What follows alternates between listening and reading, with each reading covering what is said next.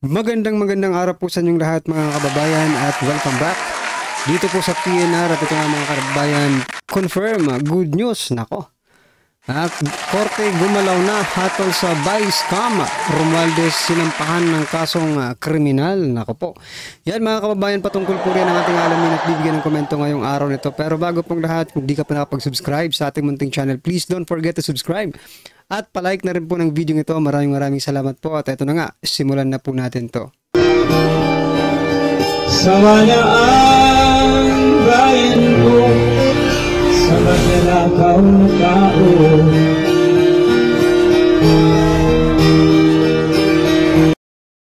Ito ang balita ngayon, trending at pinag-uusapan ngayon sa mundo ng social media. Ang di umano'y balitang sadyang totoo talaga ang kasabihang ang gaba di jud magsaba. Ito ang nakakagulat. Kapapasok lang na balita, magsasampa ng kasong kriminal si Representative Bibot Alvarez kasama ang Citizen Crime Watch laban sa House Speaker Ferdinand Martin Romualdez at iba pa. Kaugnay sa aniyay iligal na nagpasok ng bilyong-bilyong halaga sa budget ngayong 2025. Gaano kaya ito katotoo mga kababayan? Ating alamin. Pero bago ang lahat, kung bago ka pa lamang sa aming channel, please huwag kalimutang mag-like. Then mga kababayan, subscribe na po kayo. Bell para mas maging updated ka palalo sa lahat pa ng bagong video na i-upload namin. At eto na nga mga kababayan, tila naging balat di makapaniwala ang Kongreso matapos lumabas ang balitang criminal charges laban kay Speaker of the House Martin Romualdez at iba pang mga kasamang kongresista. Ihahain na umano sa Lunes ni Representative Bibot kasama ang Citizen Crime Watch kasong falsification of public documents, kasong kakaharapin di umano ng Speaker of the House na si Martin Romualdez. Tahasang inihayag nga sa isang media forum na pinangunahan ni Davao del Norte 1st District Representative Attorney Pantaleon Diaz Alvarez kasama ang Citizen Crime Watch na nakatakdang sampahan umano ng kasong criminal charges sina Speaker of the House Martin Romualdez, Ako Bicol Party List Representative Elizalde Co at Zamboanga Representative Manex Dalipe hinggil umano sa kontrobersyal na manumalyang BICAM report kaugnay sa 2025 General Appropriation Act. Kasama sa nasabing media forum na isinagawa nitong Sabado, February 8, 2025, ang magaling na abogado na si Ferdinand Topacio, Senatorial Aspirant Attorney Jimmy Bondoc at ang President ng Citizen Crime Watch na si Mr. Diego Magbantay. Tila ito na ang malaking karma di umanong kakaharapin ng mga nasabing mambabatas at ang pinakaabangan at inaasahan ng taong bayan na malalantad na sa wakas. Kung sino ba talaga ang So yan mga kababayan, makakaganti na kaya ang taong bayan dito kay Speaker Martin Romualdez dito sa administrasyong ito?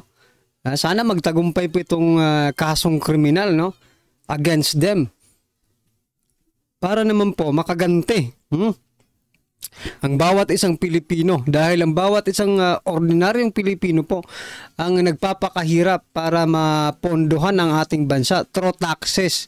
Tapos gaganyanin lang nila, 241 yata yun 241 billion, yung kanilang inilagay doon. Ako naman talaga. Palsipika ng mga legislative documents at ang katotohanan sa isyong ito. Rito pa ang karagdagang balita na binigyang reaksyon naman ni Mr. Will Talker tungkol sa usaping ito. Ito dapat. Basahin natin mga lords.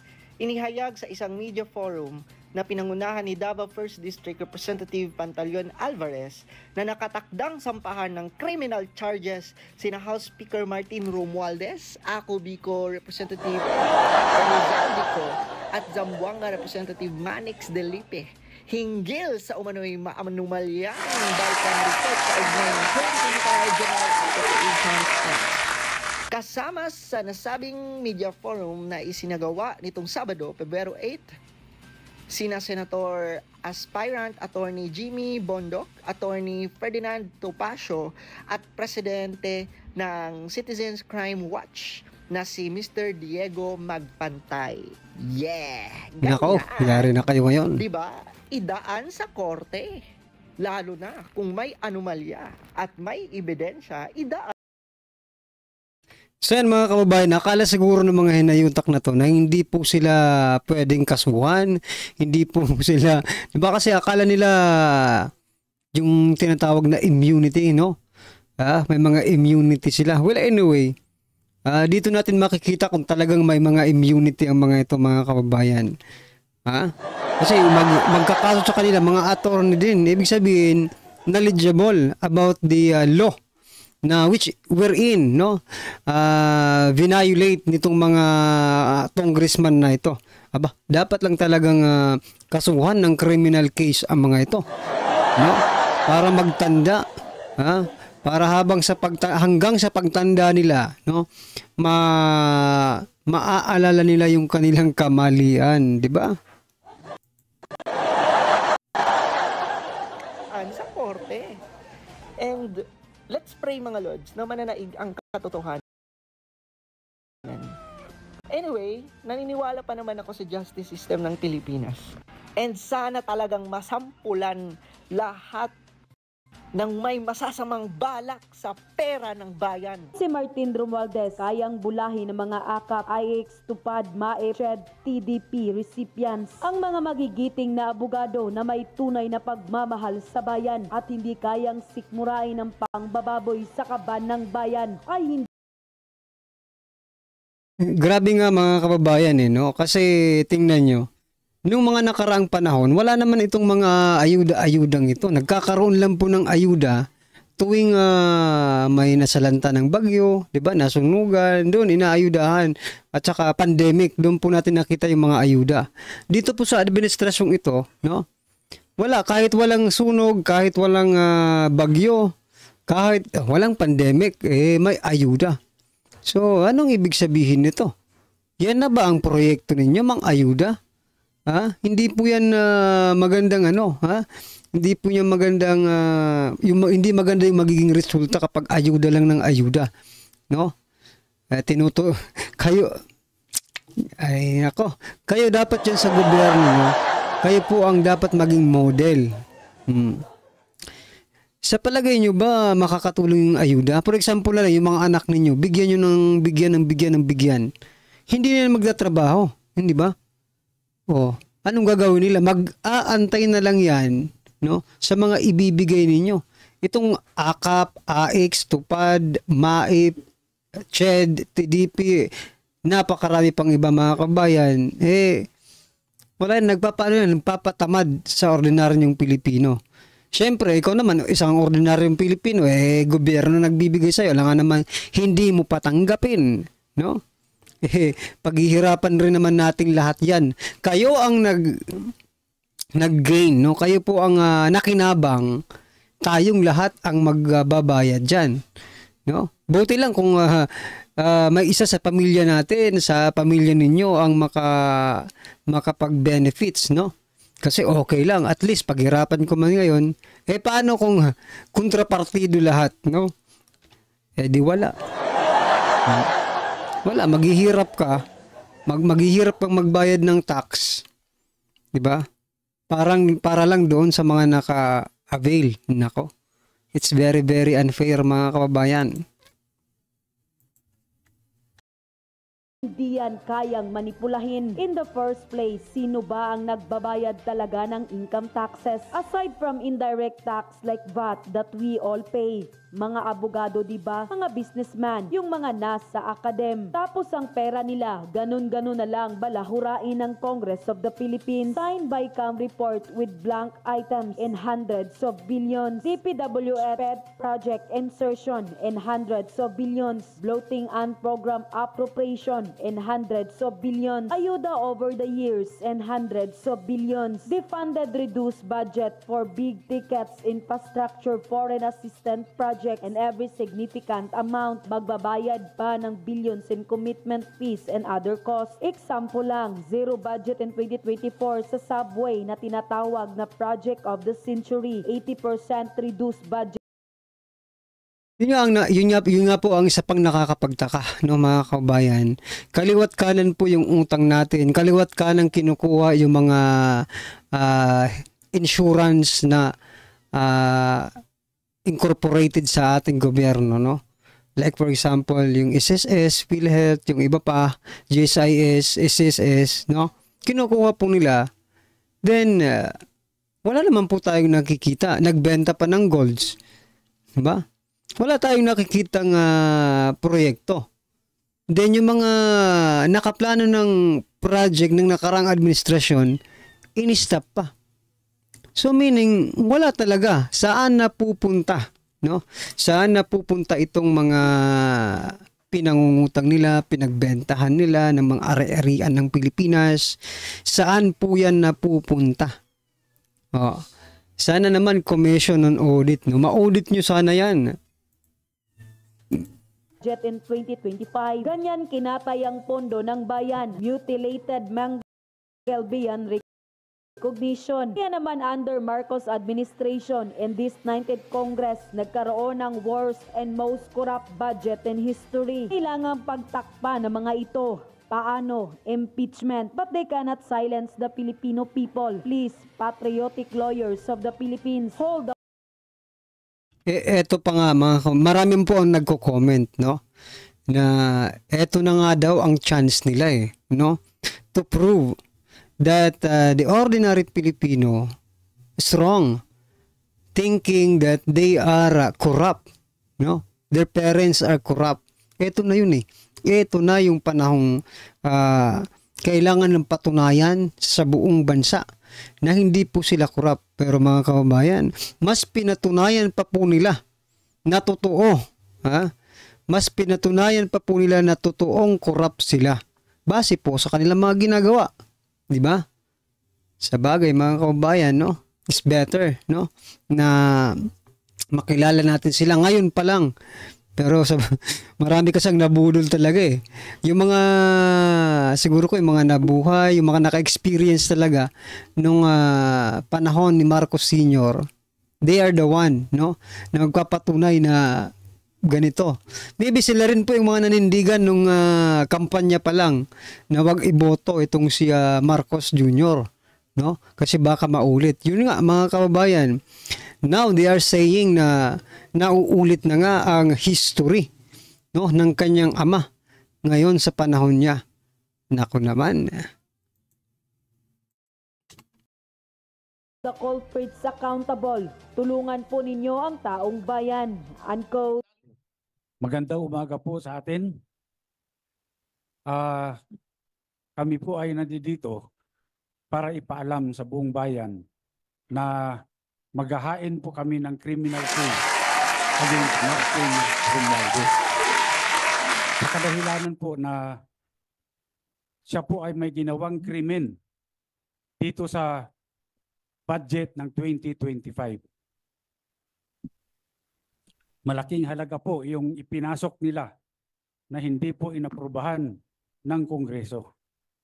Hindi po ito ang napagkasunduan sa Bicameral Committee at nagulat na lang kami lahat nung makita namin kung bakit yung pong in-email sa amin na Bicam report, may mga blanco po rito.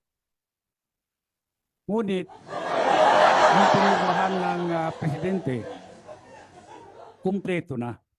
At nung tinignan namin kung magkano yung ipinasok nila na halaga, ito po ay magkano po ba? Nagkatotal ng 241 billion. Nako, 241 billion. Nako, palakpakan po natin mga kababayan itong 241 billion. Sapagkat hindi po sa inilagay nila, yung pinapalakpakan po natin dahil nabisto itong 241 billion. O saan yan dadalhin? Samantalang yung yung akap ninyo na pinaghatian ng Kamara at saka ng Senado ay nasa 26 billion lang. Mga kababayan, ito 241 billion. Insertion na po ito. mga kababayan, insertion na po ito.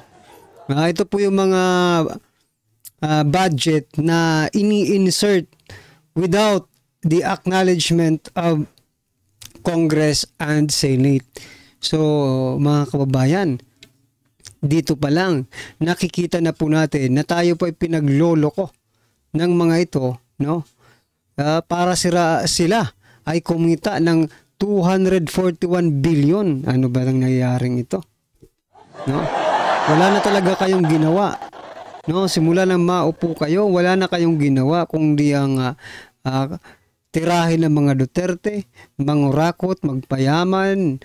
Nako po. So, ano nang mangyayari sa mga ordinaryong Pilipino? Eh di lalong maghihirap. Diba? Lalo pong maghihirap ang mga ordinaryong Pilipino. Eh ngayon pa nga lang, tingnan nyo yung mga ordinaryong Pilipino, they don't care about politics issue, no? Saan po sila nakatutok?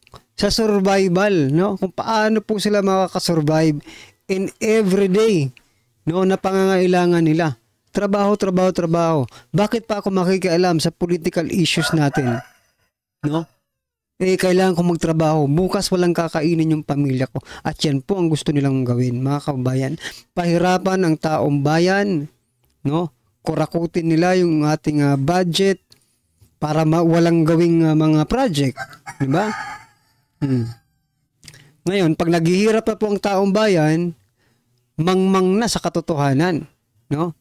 Not literally, but what I'm trying to point out, yung mga issue sa ating bansa, wala na po silang pakialam because they only think, no, of the survival.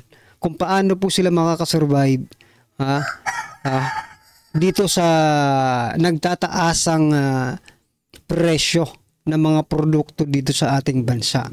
Wherein basic needs, no, napakamahal. Kuryente, tubig, pagkain, bigas, di ba? O isda, kamatis nga.